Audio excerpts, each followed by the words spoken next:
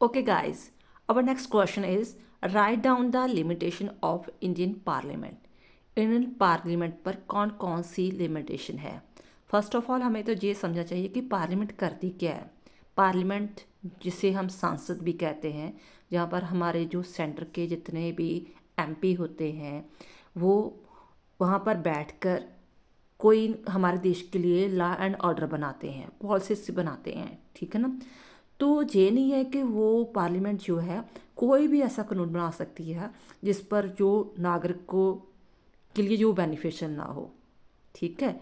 It means उसे पूरी प्रभुसत्ता नहीं दी गई, उस पर काफ़ी जो है लिमिटेशन है, पाबंदियाँ हैं कि उसको कौन से keep in view, keep in point भी कुछ ना कुछ पॉइंट्स अपने दिमाग में रखकर फिर ही वो उसके जो एमपी हैं, मिनिस्टर हैं, कानून बना सकते हैं। इट मीन्स वो नॉन सवर्जन है, पूरी तरह प्रभुसत्ता संपन्न नहीं है।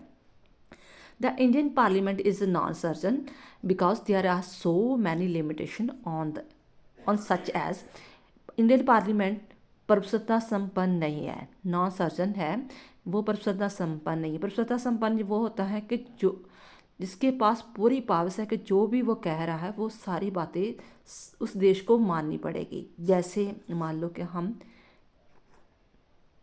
हिटलर की बात ले लें, ठीक है।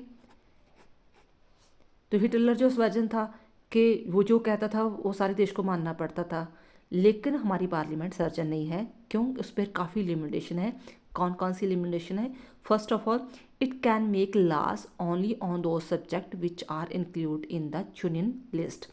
ये वही कानून बना सकती है जो इसको दिए गए हैं, जो इसकी यूनियन लिस्ट में है। आपको पता है कि जो लिस्ट है वो 3 टाइप की है। विषय जो है union list, state list and concurrence list. मान लो कि जैसे क्लास में काम डिवाइड कर दिया होता है कि ये काम तुमने करना है, जिसने करना है या उसने करना है। तो वो जूनियर लिस्ट के जैसे होते हैं, रेल का हो गया, जहाज़ों का हो गया, ठीक है, अपने डिफेंस का हो गया, ये जूनियर लिस्ट में चीज़ें आ जाती हैं। तो वो प्रांत की लिस्टों की जो है उसमें इंटरफेयर नहीं करेगी, ना कंक्रीट लिस्ट में। तो वो कौन पर किस चीज़ों पर जिस सिर्फ कानून बना सकती है जो सिर्फ जूनियर लिस्ट में इंक्लूड है, उसी सब्जेक्ट पर लॉ बना सकती है। कौन? पार्लियामेंट। सेकंड, उस पर कौन सी लिमिटेशन है? The law pass by the parliament need the approval of the president.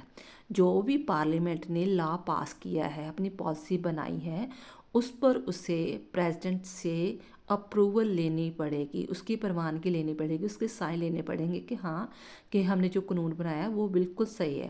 तो आपको पता है प्रेसिडेंट जो है न्यूक्लियर होता है, न्यूट्रल होता है, वो किसी पार्टी को बिलोंग नहीं करता।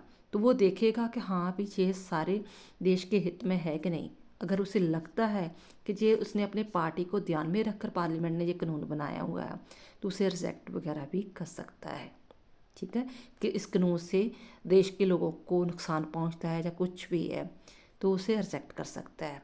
फर्स्ट ऑफ ऑल कि पार्लियामेंट वही कानून बना सकती है जो यूनियन लिस्ट में है।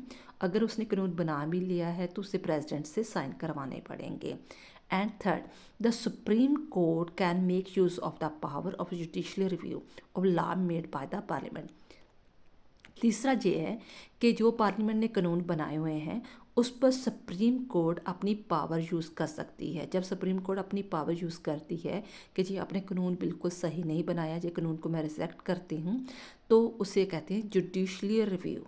मान लो कोई ऑपोजिशन पार्टी वाला या कोई आम सिटीजन एक अपील डाल दे कि ये कानून हमारे फेवर में नहीं था, जैसे हमने किसान आंदोलन देखा है, ठीक है ना। तो किसान मूवमेंट देखी हमने, तो वो क्या था, उसमें क्या हुआ, जुडिशियल रिव्यू हुआ, तो वो पार्लियामेंट को बाद में रिजेक्ट करना पड़ा जो भी उसने लॉ बनाए थे। आई होप आपको चीज़ें समझ आ गई होगी कि इंडियन पार्लियामेंट पर कौन कौन सी लिमिटेशन है। फर्स्ट ऑफ ऑल तो वो नॉन सर्जन है, नॉन सर्जन के रीज़न के कारण उसे जूनियर लिस्ट को ध्यान में रखकर कानून बनाना पड़ता है, प्रेसिडेंट से अप्रूवल लेनी पड़ती है, और सुप्रीम कोर्ट उस लॉ पर जुडिशियल रिव्यू यूज़ कर सकती है।